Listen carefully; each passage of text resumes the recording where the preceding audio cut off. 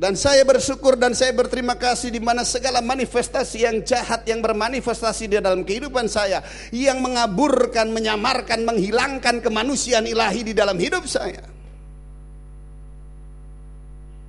Tapi dia mau lahir di kandang dosa yang seperti itu. Dan sungguh ajaib. Pada waktu dia lahir, mujizat terjadi. Hidupku mengalami pemulihan, hidupku mengalami perubahan, hidupku mengalami kebebasan, hidupku mengalami kelepasan. Haleluya. Dia sanggup mampu mengubahkannya. Orang berkata mustahil, tapi bagi Tuhan tidak ada perkara yang mustahil. Dan dari sejak Yesus lahir di dalam hati ini, maka lihat yang tadinya hilang pengharapan, masa depan suram. Tapi pada waktu Yesus lahir, maka lihat kembali timbul pengharapan ilahi di dalam setiap kehidupan kita. Begitu pengharapan dipulihkan di dalam kehidupan kita, maka sukacita ilahi menjadi bagian dalam setiap kehidupan kita. Berikan tepuk tangan, haleluya. Dan sukacita itu tidak akan pernah terhalangi sekalipun pengkhotbahnya terlambat datang. Amin. Cair dikit nih khotbah, haleluya. Saudara yang saya kasih dan dikasih Tuhan, sukacita yang diberikan oleh Tuhan tidak terpengaruh dan terkondisi dengan segala sesuatu yang terjadi dan yang ada di dalam dunia. Lihat hamba-hamba Tuhan hidupnya bersahaja, uangnya mungkin gak sebanyak uang saudara, tapi sukacitanya beda tuh. Amin, haleluya, amin. Lihat hamba-hamba Tuhan yang menyerahkan hidupnya sepenuhnya kepada Tuhan. Mungkin dia belum dikasih keturunan dan saudara sudah diberikan keturunan yang banyak, tetapi tetap aja sukacitanya beda tuh. Haleluya. Amin. Kenapa? Karena sukacita yang Tuhan berikan itu berakibatkan sebuah pendamaian. Haleluya. Siapa yang memperdamaikan kita dan dengan siapa kita berdamai? Ini yang menjadi perhatian penting buat kita. Saudara bukan berdamai dengan manusia, tetapi saudara berdamai dengan Tuhan. Yang mengikhtiarkan dan yang mengusahakan pendamaian itu bukan kita,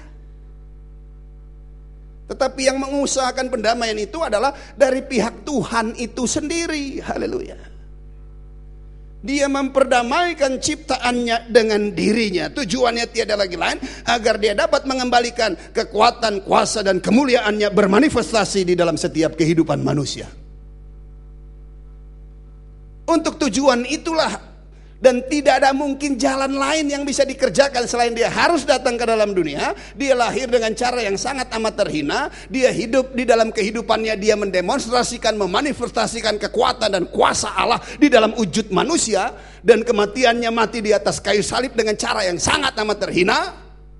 Dan selebihnya dia bangkit, dia naik ke surga, dan dia menjanjikan bagi kita, hanya dengan cara itulah dia bisa mendapatkan saudara dan saya kembali. Betapa engkau berharga, betapa engkau mulia, Tuhan Allahmu sangat amat mengasihi saudara. Haleluya.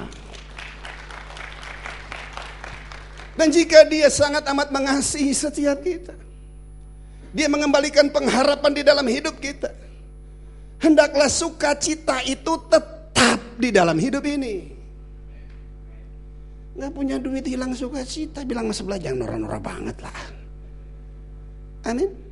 Sakit belum disembuhin terus hilang sukacita, bilangnya jangan norak-norak banget ya. Haleluya. Dari kematian yang begitu ngeri saja dia telah menyelamatkan kita. Masakan hal-hal yang lain dia gak sanggup mampu memberikan kepada setiap kita. Dia terlalu sanggup. Haleluya.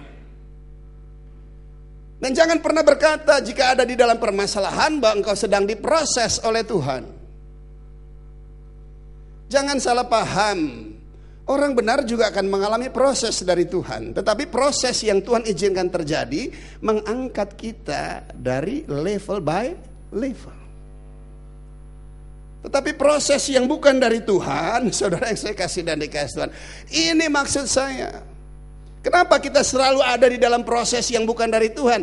Karena kita kurang, kita setengah, kita tidak mempercayai Tuhan secara penuh. Amin. Kalau kita percaya Tuhan secara penuh, masalah boleh datang silih berganti dalam hidup kita, maka respon kita berbeda. Bagi orang yang tidak lagi mempunyai pengharapan dan tidak ada sukacita, masalah merupakan sesuatu yang sangat menakutkan. Tetapi bagi setiap kita, masalah merupakan masalah menolong kita. Haleluya. Berikan tepuk tangan.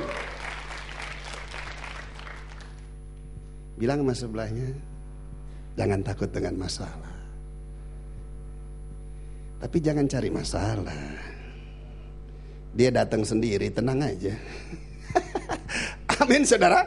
Tetapi masalah yang Tuhan izinkan, karena proses yang Tuhan ingin kerjakan dalam hidup saudara, supaya dengar baik, imanmu semakin solid. Wow, haleluya. Dan jika proses permasalahan yang diizinkan Tuhan yang berakibatkan iman kita semakin solid, apa respon kita? Bersedia atau bersuka cita? Bersuka cita karena semakin solid iman saudara. Haleluya. Kemuliaan Tuhan semakin besar dinyatakan di dalam setiap kehidupan saudara dan saya. Nah oleh sebab itu saudara yang saya kasih dan dikasih Tuhan, setelah kita mempunyai pengharapan di dalam Tuhan, yang Tuhan mau agar hati kita sungguh melekat kepada Dia. Mazmur 91 ayat 14, 15 dan 16 berkata, sungguh hatinya melekat kepadaku. Hati yang melekat enggak seperti burung melayang-layang. Bukan terbang tinggi di awan. Tetapi hati yang melekat seperti anak ayam yang dirami oleh induk ayam itu sendiri. Bahasa kerennya merak hepet. Enggak ada bagusnya itu bahasa Ibrani. Dia mengerami. Jadi jika yang gelap dirami oleh induk seperti anak ayam dirami oleh induk ayam, maka yang gelap itu pasti akan menjadi terang. Haleluya.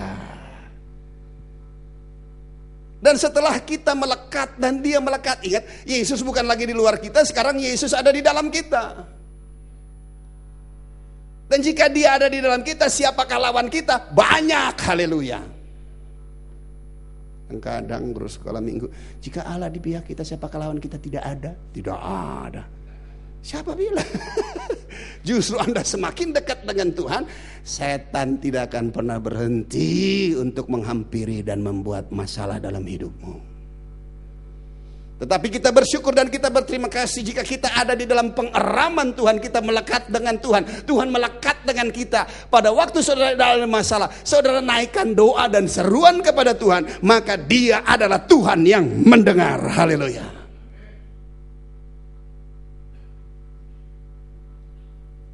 Saudara, 17 tahun saya terikat terbelenggu dengan narkoba. Gak bangga sih ceritanya. Cuman dengan cerita hidup itulah akhirnya saya toh bisa berdiri di tempat ini. Moralitas saya hancur. Jadi tindak perilaku kriminalitas dari kecil, heran gak ada yang ngajarin. Di usia 17 tahun polisi perlu tembak di kaki dan di kepala saya. Dan dimasukkan ke kampus kejahatan LP Cipinang. Dan orang mulai memprediksikan tentang masa depan yang kelam buat saya. Dan tidak bisa dipungkiri, de facto, kenyataan, keadaan yang sedang dihadapi itu menentukan waktu yang akan datang. Tetapi saya katakan tadi, Allah gak pernah gagal. Bukti Dia tidak gagal, dengan kehadiran dan keberadaan saudara, itu bukti bahwa Tuhan gak pernah gagal. Satu kali anak saya konflik dengan mamanya, dia bilang, emangnya aku mau dilahirkan? Saya kaget juga dengar, ini anak 8 tahun ngomongnya begitu banget. Tapi saya coba renungin, iya juga. Kami keluarga 7 bersaudara. 6 di atas saya, bedanya setahun dan setahun setengah. Dari 6 ke saya bedanya 4 tahun. Jangan-jangan orang tua saya tidak pernah merencanakan dan merancangkan untuk menghadirkan saya. Amin. Tapi sekalipun dia nggak merancangkan, de facto saya hadir. Ternyata kehadiran saya adalah rancangan dan rencana Tuhan. Haleluya. Amin. Berikan tepuk tangan. Yang kecil bisa ngeresponin tuh firman. Berikan tepuk tangan lagi deh. Haleluya. Bilang sama sebelahnya, kamu bukan kebetulan. Haleluya. Kamu bukan pribadi yang tidak diinginkan, tetapi kamu pribadi yang dirancangkan Tuhan untuk datang ke dalam dunia. Dan di dalamnya, dalam zaman hidupmu, seluruh kehendak rancangan rencana Tuhan pasti digenapi dalam hidup saudara. Haleluya. Saudara, di tengah situasi orang memprediksikan tentang yang kelam dan yang jahat karena faktanya menentukan itu. Tetapi justru di tempat itulah untuk pertama sekali saya mendengar orang menceritakan tentang Yesus kepada saya. Dan nama Yesus yang saya dengar tidak kembali dengan sia-sia. Memang pertobatan adalah hak prerogatifnya Tuhan. Karena Tuhan mau pada waktu kita mengalami Tuhan, Dia harus yakin bahwa kita hanya mempunyai pengharapan satu-satunya kepada Dia. Dan hal itu terjadi dalam hidup saya. Selama saya masih mengandalkan kekuatan, selama saya masih mengandalkan kekuatan orang lain, Yesus tidak akan pernah bermanifestasi dalam hidup saya. Sampai akhirnya saya berdiri pada pintu gerbang maut. Di tengah situasi kondisi seperti itu di mana saya tidak lagi mempunyai pengharapan kepada manusia, dan saya telah kehilangan kekuatan dan kemampuan saya sebagai manusia untuk sanggup mampu mengatasi masalah. Di tengah situasi itu saya berseru dengan hati yang remuk, dengan hati yang hancur kepada Yesus Tuhan. Dan sungguh ajaib, peristiwa itu 17 tahun lalu Dia menyatakan dirinya secara pribadi di dalam hidup saya. Dan setelah Dia menyatakan dirinya secara pribadi di dalam hidup saya, dari sejak saat itu saya kembali mempunyai pengharapan ilahi di dalam kehidupan saya. Haleluya, berikan tepuk tangan buat Dia. Dan sekarang hidup ini saudara yang saya kasih dan dikasih Tuhan, kembali menjadi satu kehidupan yang kekal menjadi bagian dalam hidup kita. Mazmur 91 ayat 16 itu katakan, dengan panjang umur akan kukenyangkan dia. Wow, haleluya. 34 tahun usia saya finish. Tapi begitu Tuhan hadir, haleluya, kekekalan itu menjadi kembali bagian dalam hidup saya.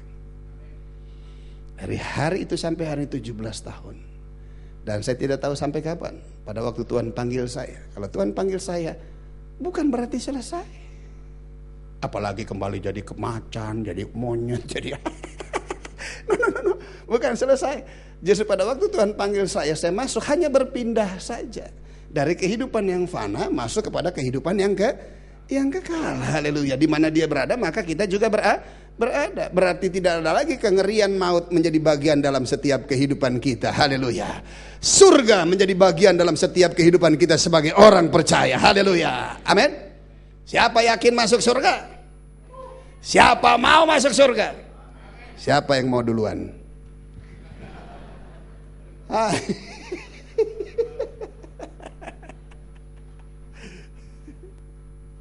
Apa alasan saudara nggak mau duluan? Harus punya alasan yang tepat. Paulus berkata, hidup bagiku Kristus, mati adalah keuntungan. Dan jika aku hidup, maka aku harus memberi buah atas kehidupan itu. Berikan tepuk tangan, haleluya. Bilang sama sebelahnya, berbuah dong, haleluya. Amin. Nah saudara yang saya kasih dan dikasih Tuhan, oleh sebab itu anak-anak Tuhan jangan takut tapi jangan cari, pasti ntar mati sendiri, tenang aja, haleluya. Tetapi kematian bukan lagi hal yang mengerikan bagi setiap kita. Sekalipun ada takut, ada khawatir, ada keraguan, itu hal yang biasa sebagai manusia yang normal. Karena tidak ada satupun di tempat ini yang pernah punya pengalaman mati balik lagi. Amin. Makanya saya kagum kalau dengar kesaksian hamba Tuhan. Bisa bolak-balik surga. Yesus yang naik, bangkit, yang berjanji akan datang lagi, sampai sekarang aja masih belum datang. Dia bolak-balik. Maaf, saya tidak mendeskripsikan hamba Tuhan. Cuman kalau pernyataan pribadi jangan buat umum lah. Amin. Yakin masuk surga? Udah mulai pintar. Saudara saya kasih dan dikasih. Nah, kalau sedangkan surga yang mulia, kehidupan yang kekal saja dia sanggup mampu berikan kepada kita. Artinya apa yang kita tidak lihat sekarang kita sudah melihatnya. Loh, kalau yang tidak kelihatan sekarang kita sudah lihat dan itu menjadi bagian yang pasti buat kita, masakan yang bisa kita lihat dia nggak sanggup mampu berikan kepada kita? Yang paling penting adalah hidupku bukan karena melihat tetapi karena percaya. Hasil daripada percayaku bisa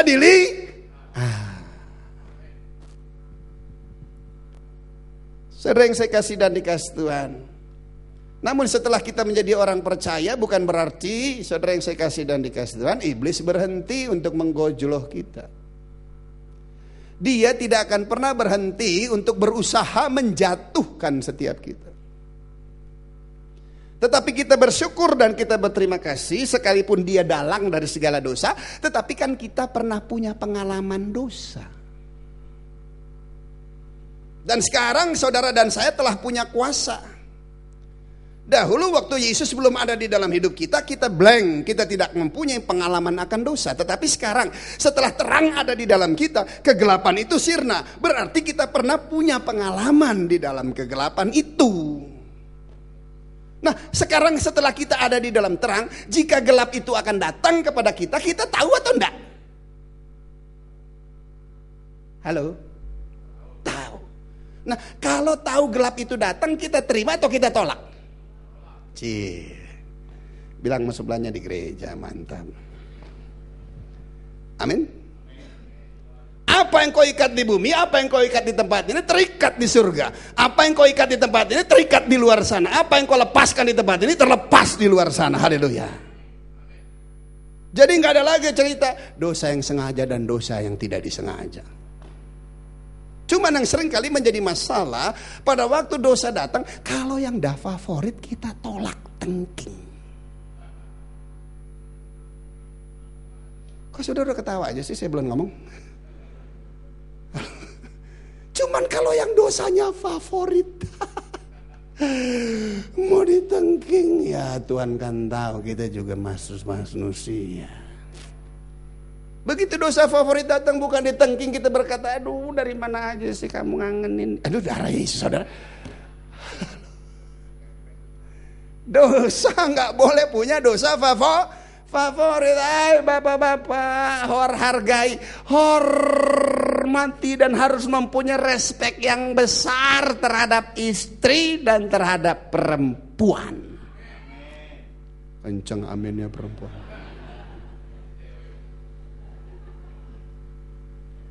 Karena Tuhan datang ke dalam dunia, dia gunakan perempuan. Dia pinjam rahim seorang perempuan. Maria perawan, dia relakan dirinya. Tuhan, bagaimana mungkin aku bisa lahirkan anak, sedangkan aku belum dijamah laki-laki. Siapa bilang perempuan gak penting?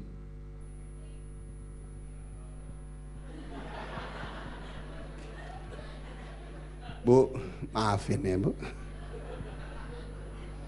Halo Pak, jangan suka dilarang istri kita bawel. Sekalipun pendeta juga kadang-kadang sesek juga. Amin.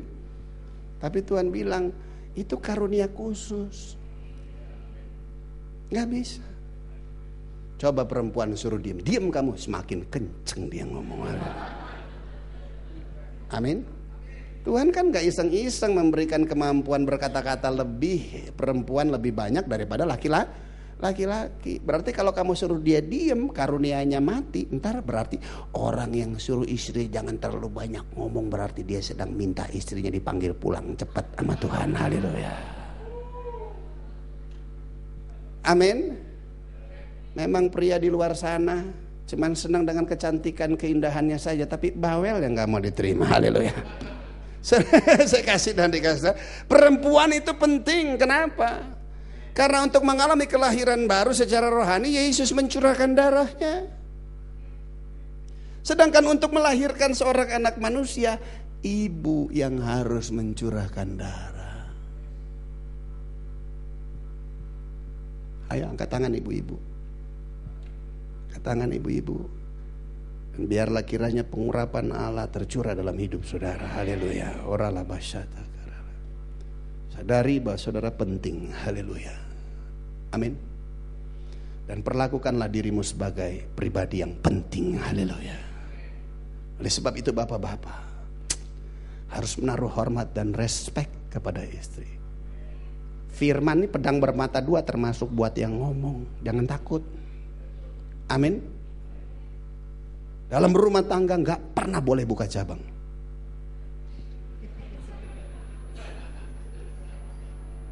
Amin. Halo, berumah tangga tidak pernah boleh buka cabang. Gereja, usaha, pekerjaan boleh buka cabang. Rumah tangga gak boleh buka cabang. Amin. Istri satu cukup. Oleh sebab itu bapak-bapak termasuk saya, setialah dengan istri semasa mudamu. Amin. Jangan pernah buka cabang dengan istri muda. Haleluya. Dan bagi teman-teman muda, posisikanlah dirimu sebagai istri semasa muda. Jangan pernah mau jadi istri muda. Nyeletuk salah lagi, haleluya. Nah saudara yang saya kasih dan dikasih Tuhan, oleh sebab itu tiada lagi lain saudara yang saya kasih dan dikasih. Hiduplah di dalam kesucian, hiduplah di dalam kekudusan yang Tuhan kerjakan di dalam hidup saudara. Kekudusan merupakan suatu harga diri bagi setiap kita. Kekudusan merupakan suatu identitas bagi kita sebagai warga kerajaan surga. Karena Allah kita adalah Allah yang kudus dan suci. Hal inilah yang membuat kita senantiasa ada di dalam pengharapan. Dan hal inilah yang senantiasa membuat kita senantiasa hidup di dalam sukacita ilahi. Sekalipun kondisi situasi di sekeliling kita buat orang dunia tidak memungkinkan, tetapi roh yang Tuhan tempatkan dalam hidup kita jauh lebih besar dari segala roh yang ada di dalam dunia ini. Amin. Dan akhirnya Tuhan membawa hidup saya masuk melayani pekerjaan Tuhan. Tujuannya apa? Enggak ada lagi lain. Agar saya merupakan bukti daripada pekerjaan Tuhan yang luar biasa. Haleluya. Amin. Dari pribadi yang hancur, yang tidak mempunyai masa depan, tidak mempunyai pengharapan, tidak ada damai sejahtera, di mana kuasa yang jahatlah yang bermanifestasi senantiasa dalam hidupnya. Tapi pada waktu Yesus lahir di dalam hatinya, haleluya, amin. Yang tidak berarti dibuatnya menjadi berarti, dan yang terlebih lagi alangkah terhormatnya. Dia mendirikan saya di tempat yang kudus dan suci, dan bukan manusialah yang mengangkatnya, tapi Tuhanlah yang mengangkatnya. Sehingga hati ini, hidup ini saya serahkan sepenuhnya kepada Tuhan. Di sepanjang umur hidupku, biarlah senantiasa pekerjaan Tuhan digenapi dalam hidup saya. Tuhan memberkati. Haleluya. Amin. Saya harap memberkati saudara.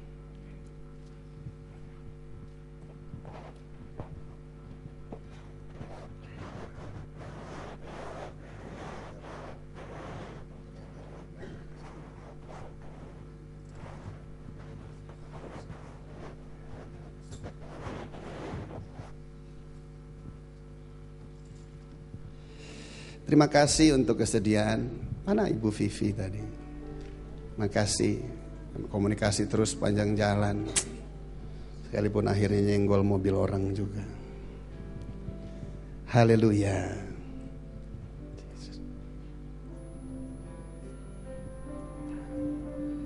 Kau berfirman dan sembuhkanku. Kau bersabda dan selamatkanku. Tiada yang mustahil bagimu. Yesus, ku percaya padamu. Haleluya, apapun yang terjadi, haleluya. yang terjadi dalam hidupku ini. Tak pernah ku ragukan kasih-Mu Tuhan. Lewat gunung yang tinggi, dalam lembah yang curam, tak pernah ku ragukan janji-Mu Tuhan. Kau berfirman dan sembuhkanku, Kau bersabda dan selamatkanku. Tiada yang mustahil bagi-Mu, Yesus, ku percaya padamu. Saya undang jemaat dan nama Tuhan boleh bangkit berdiri, haleluya. Dan sembuhkanku, Kau bersabda dan selamatkanku.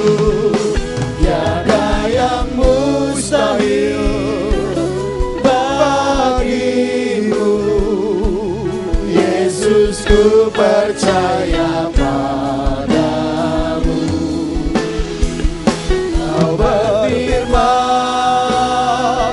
dan sembuhkanku, Kau bersabda dan selamatkanku. Tiada yang mustahil bagi-Mu, Yesus, ku percaya padamu. Yesus, ku percaya padamu. Haleluya. Yesus, ku percaya padamu.